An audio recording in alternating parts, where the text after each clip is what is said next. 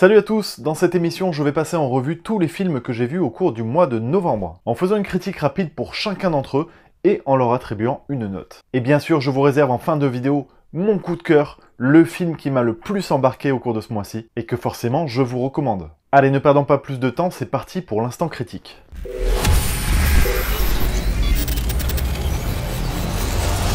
Alors commençons par parler de Bohemian Rhapsody, puisque c'est un film qui a fait beaucoup de bruit au final. Bohemian Rhapsody, réalisé par Bryan Singer, ou en tout cas en partie, puisque aux 3/4 du film, le réalisateur s'est fait remercier. Alors je vais tout de suite rentrer dans le vif du sujet. Pour moi, Bohemian Rhapsody est un film très moyen. Commençons par évoquer le fait que je suis un amateur de la musique de Queen. Donc déjà j'ai un avis qui est relativement subjectif, on va dire. J'aime leur musique, donc j'étais content de le retrouver au cinéma quoi qu'il arrive.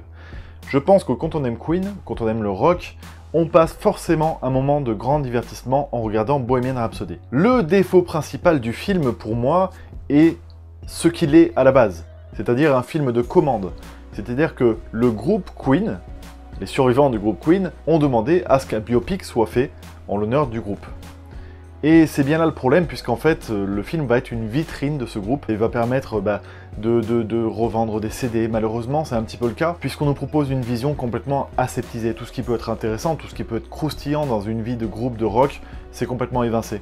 Les disputes entre les membres, c'est vraiment quelque chose qui est proposé, mais alors très superficiellement. L'univers de la drogue, l'univers noir du rock, toutes les dérives qu'il peut y avoir, l'homosexualité, tout ça, c'est vraiment très mal traité, voire même pas traité du tout. C'est un film qui est très propre sur lui, et qui forcément ne nuira surtout pas à l'image du groupe, au contraire. Alors, beaucoup de monde parle de l'acteur, qui d'ailleurs va peut-être être nominé pour son rôle en tant que meilleur acteur, pour les Oscars. Ouais, pourquoi pas. Ok, c'est une belle prouesse. Personnellement, j'ai toujours vu l'acteur dans le rôle. Je l'ai vu avec sa prothèse dentaire, avec ses perruques, mais voilà, j'y ai pas cru, quoi. Je trouve qu'il est un petit peu dans le surjeu, que c'est caricatural, et que hormis les 20 dernières minutes où justement là il reprend point pour point la chorégraphie de Freddie Mercury, là forcément on est obligé d'y croire, ça fait l'illusion. Mais pendant tout le long métrage, à aucun moment j'ai eu l'impression, en tout cas, de voir la vie de Freddie Mercury. Je voyais à chaque fois l'acteur qui se regardait un petit peu jouer. Bref, j'ai passé vraiment un très bon moment devant ce film parce qu'on en prend plein les oreilles. L'histoire s'enchaîne vraiment assez rapidement, c'est rythmé, c'est plutôt bien foutu, c'est agréable à regarder, c'est indéniable. Donc voilà, en tant que fan de Queen, il n'y a aucun souci, je mate ça avec grand plaisir. Par contre, en tant qu'œuvre à part entière, là il y a un petit côté déception pour moi, et c'est un film auquel je vais attribuer la note de 14 sur 20. Ensuite on enchaîne, et je suis allé voir également Overlord. Overlord, qui est le deuxième film de son réalisateur, qui avait réalisé également le film Son of a Gun avec Ewan McGregor, qui était un bon film. Donc j'étais très curieux d'aller voir celui-là, qui proposait un film de genre comme je les aime, qui mélangeait à la fois film de guerre et film de zombies, rien que ça. J'étais très curieux d'aller voir ce film, notamment parce qu'à la base, vous savez que c'est une production J.J. Abrams, il était prévu comme étant l'un des éléments de l'univers Cloverfield. Ce film devait être le 3e opus de l'univers Cloverfield. Je sais pas à quel moment ça a dévié, ça a dérivé pour donner ce produit-là, qui n'a rien à voir, mais je suis vraiment curieux de lire le script, en tout cas le scénario original, et voir ce qu'ils ont modifié pour en arriver là. C'est peut-être pas plus mal qu'ils en soient arrivés à ça, un objet qui sort finalement au cinéma, contrairement au deuxième film Cloverfield, parce que c'était un sacré bon film. Overlord, franchement, ça fonctionne du début à la fin, et ce qui est bon, c'est que c'est maîtrisé dans les différents univers qu'il propose. À la fois dans le film de guerre, à la fois dans le film de zombies, à la fois dans le film thriller, touchant, émouvant et haletant, je trouve que l'ensemble est super bien mixé et qu'on se retrouve dans un film noir et en même temps assez intimiste, comme pourrait le faire Guillermo del Toro avec Le Labyrinthe de Pan, par exemple. Vous voyez un petit peu cet univers noir qui est assez intime. Voilà, j'ai l'impression de retrouver ça en regardant Overlord. Il y a du gore, il y a du suspense, il y a de l'émotion, il y a le fils de Kurt Russell. Tiens, d'ailleurs, j'ai même pas vérifier si c'était vraiment son fils. En tout cas, à l'affiche, il apparaît comme Russell, et il a exactement la gueule du papa. Donc ça m'étonnerait que ce soit pas son fils, mais bon, pourquoi pas, je suis peut-être en train de dire une grosse bêtise. En tout cas, voilà, légère déception sur le final, qui est un petit peu convenu, un petit peu grossier, c'est un peu dommage, parce que le film vraiment était maîtrisé du début à la fin, et tombe dans un espèce de cliché.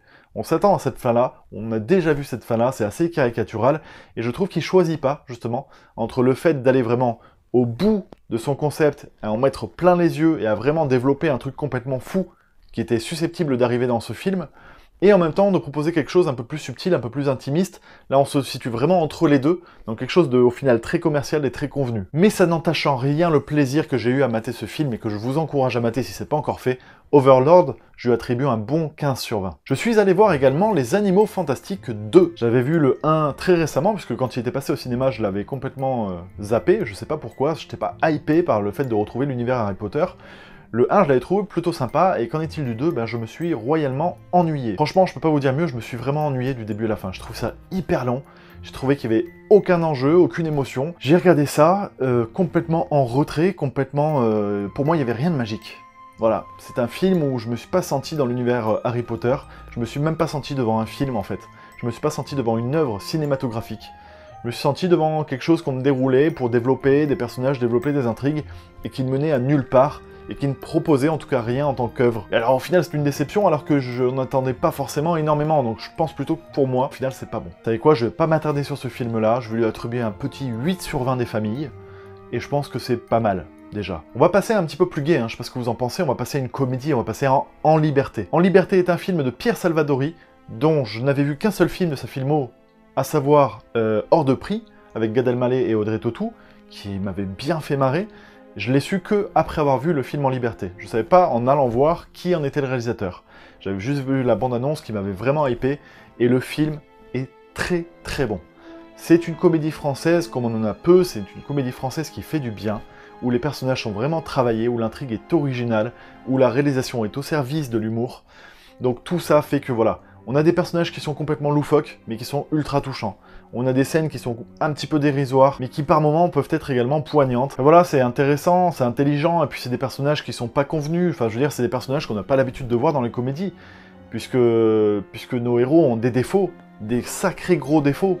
Et au final, ils sont attachants malgré ces défauts, et c'est ce qui est bien, et puis j'ai pas envie de vous en dire plus. Alors si vous avez vu ces films, n'hésitez pas à vous aussi attribuer des notes dans les commentaires. Dites-moi ce que vous en avez pensé. En Liberté, moi j'ai vraiment trouvé ça comme un grand bol d'air frais dans la comédie française, j'ai beaucoup aimé. Je vais lui attribuer un bon 16 sur 20. Je suis également allé voir un petit peu en retard The Predator.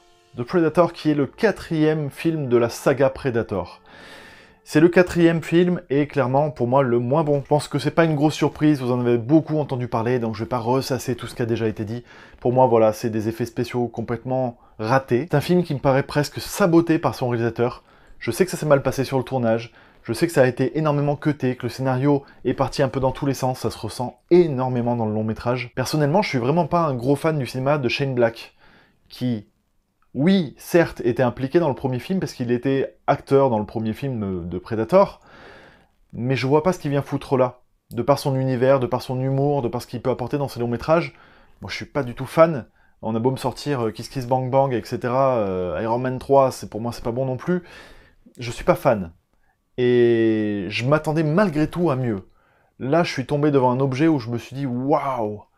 Ça n'a aucun sens. Pour moi, c'est quelque chose qui aurait pas dû sortir tel quel. C'est un film brouillon, complètement. Alors, il y a certains moments qui restent du divertissement correct, de l'action correcte, un peu style années 90, mais c'est tout, j'ai pas eu de quoi me mettre sous la dent, et je vais attribuer un 9 sur 20 à The Predator, et encore, je suis pas sûr que ce soit vraiment mérité. Mais voilà, pour moi, il a complètement plombé la saga, je sais pas comment ils vont pouvoir se relever de ça. J'ai également maté, et cette fois sur Netflix, The Outlaw King. Qu'est-ce que c'était bien! Ça, c'était vraiment bien! Alors forcément, c'est un film de Mackenzie, je partais déjà avec un avis favorable avant même de l'avoir maté, puisque je suis un grand fan de ce réalisateur. Et d'ailleurs, en voyant ce film-là, je sais pourquoi j'en suis fan, la réalisation est juste majestueuse, elle est juste extraordinaire, vraiment, la réal, c'est un putain de point fort de ce long métrage. Et voilà, on se retrouve avec un film historique qui se veut être la suite de Braveheart. Alors ça se revendique pas comme la suite de Braveheart, mais c'est vraiment la suite dans la chronologie historique. Et il y en a des petits rappels d'ailleurs au début de ce long métrage-là. Et c'est un film qui fonctionne, qui développe son propos, qui propose de bonnes scènes de baston, qui propose voilà, un bon univers, des personnages développés. Malheureusement, il y a là aussi quelques défauts. Le premier qui est, je pense, l'acteur principal qui a été choisi pour le rôle, Chris Pine, qui je trouve a une tête de gentil chaton. Enfin, s'il est un gentil chaton, enfin je veux dire, on a envie de le caresser et de lui faire des papouilles. Il a une tête de gentil, Chris Pine. Il n'a pas la force de caractère, le côté écorché que devrait avoir ce genre de personnage-là. On ressent pas sa force intérieure. Alors ça, quelque part, c'est bien aussi, puisque ça propose un personnage qui change un petit peu, ça change un peu la facette du personnage cliché du personnage de guerre. C'est quelque chose qu'on n'a pas forcément l'habitude de voir, je suis peut-être tout simplement dérouté par ça, mais malgré tout, je trouve que physiquement, Chris Pine, c'est pas l'acteur qui aurait vraiment mérité ce rôle. J'ai trouvé le film un petit peu court aussi, ça aurait mérité de s'étendre un petit peu plus pour parfois paraître un peu plus grandiose. Et surtout, j'aurais aimé qu'il soit diffusé au cinéma. Parce que voir ça au cinéma, on en aurait pris plein la gueule, ça aurait été un vrai pied, on aurait été totalement en immersion, que de le voir sur un petit écran. Ça change la donne, franchement. The Outlooking, je lui attribue un bon 16 sur 20 pour les petits défauts dont je vous ai fait part. Mais je vous encourage vraiment à le mater sur Netflix parce que c'est ce qui se fait de mieux sur la plateforme, vraiment sans souci. Passons maintenant à Saltan à l'hôtel El Royal. Alors, c'est un film, un espèce de huis clos, inspiré un petit peu de Tarantino. Plus sur la forme que sur le fond, c'est-à-dire que c'est un film qui est proposé en plusieurs chapitres et qui va se faire rencontrer plusieurs personnages issus d'univers différents qui se retrouvent en un lieu commun et qui forcément vont avoir des interactions. Voilà, on va pas spoiler non plus. Par contre, dans le fond, c'est complètement en dessous d'un Tarantino, hein, ça le vaut largement pas. Alors c'est un réalisateur qui pourtant, je trouve, est à suivre, qui avait fait La cabane dans les bois, qui déjà était un film d'horreur plutôt sympathique, une série B assez fun, et là on se retrouve dans un film qui se veut être dans cette lignée-là, une espèce de série B qui sort un petit peu des sentiers battus, et qui malheureusement, je trouve, se regarde un petit peu le nombril. Je trouve le film trop long, je trouve que le film se regarde, c'est-à-dire qu'il développe un espèce d'intérêt de qualité que le film même lui-même n'a pas. Dans sa longueur, le film insiste sur des éléments en voulant nous dire « Voilà, vous voyez comme je veux m'intéresser à mes personnages, vous voyez comme je veux vous mettre de l'émotion là, je veux faire un bon film ». Et malheureusement, il n'y a pas besoin de ça. Je pense que le film aurait vraiment gagné en rythme, en raccourcissant un petit peu l'ensemble, et puis clairement, le final est largement en dessous, quoi. Dès que Chris Hemsworth apparaît, le personnage est pas très intéressant, les répliques sont pas franchement bonnes et bénéficient pas au côté thriller, au côté angoissant que peuvent procurer ces scènes-là, et je trouve que le final est complètement raté. Il y a d'excellents éléments, il y a un sacré casting, c'est bien foutu, il y a des idées de réalisation également, il y a vraiment plein de bonnes choses, mais tout ça n'est pas très abouti, et surtout pour moi, a voulu se prendre un petit peu pour autre chose que ce qu'il est. C'est bien dommage, et je vais lui attribuer un 13 sur 20. Passons maintenant à la balade de Buster Scruggs. Si j'écorche pas trop le nom, c'est un film là également sorti sur Netflix, réalisé par les frères Coen. Alors les frères Coen qui rendent hommage une fois de plus au western en proposant cette fois des segments, c'est-à-dire des courts-métrages, on va dire, qui sont mis bout à bout et qui forment une unité, un film. Et si vous vous demandez si c'est bon ou pas, j'ai envie de vous répondre, c'est du frère Coen. Parce que voilà, ils ont aucun mauvais film, les mecs, ils font que de la qualité dans tous les cas. Donc pas de panique, oui, c'est des frères Coen, donc vous serez pas complètement déçus. Dans la réalisation, c'est parfait. Dans le casting, c'est génial aussi. Dans l'humour, c'est très très bon. Dans l'amour du cinéma, c'est excellent. Mais là aussi, voir ça sur un petit écran, c'est dramatique. Vous allez peut-être me trouver lourd avec ça, hein, mais franchement, c'est des films qu'il faut voir au cinéma. C'est des films qui perdent énormément de leur aura en les matant comme ça sur un petit écran. Ça paraît être au final un essai un petit peu vain, et je suis désolé, mais j'ai vu ce film il y a peut-être 10 jours, et même si sur le moment je l'ai vécu, il m'en reste pas grand-chose, et je sais pas où le retrouver, j'entends pas les gens en parler autour de moi, il y a quelque chose qui va pas là sur le système, il y a quelque chose qui va vraiment pas, qui me dérange profondément, et voilà, je trouve ça vraiment dommage. Le film en lui-même, vous pouvez y aller, vous pouvez foncer, vous pouvez regarder. Moi, je vais lui attribuer un bon 15 sur 20, je trouve que c'est parfois un tout petit peu inégal et puis que ça manque un petit peu de fond, mais en tout cas, ça reste du bon film, et encore une fois, c'est dans le haut du panier sur ce qui se propose sur Netflix, donc allez-y sans hésiter. Et alors là, on va passer au coup de cœur, accrochez-vous, parce que là, c'est le film vraiment que je vous recommande ce mois-là, c'est le film que j'ai envie que vous alliez voir au cinéma, j'aimerais que vous vous déplaciez, hein, ce serait super cool.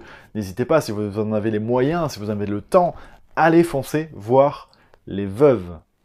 Les Veuves, qui est un film de Steve McQueen, que j'avais découvert grâce à son film Shame, qui était génial, et que j'ai continué à suivre, puisqu'il propose des longs métrages à chaque fois excellents. Il en a fait 3 avant celui-ci, et Les Veuves racontent l'histoire de femmes qui sont des femmes de malfrats, on va dire, à qui il va arriver quelque chose d'assez dramatique, et donc ces femmes vont devoir s'unir pour se protéger.